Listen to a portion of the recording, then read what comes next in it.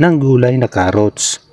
May basihan ng sinasabi ng mga kusinerang nanay dahil ang B-carotene na nakukuha sa carrots ay iniuugnay sa provitamin A na nakukonvert ng katawan para maging vitamin A.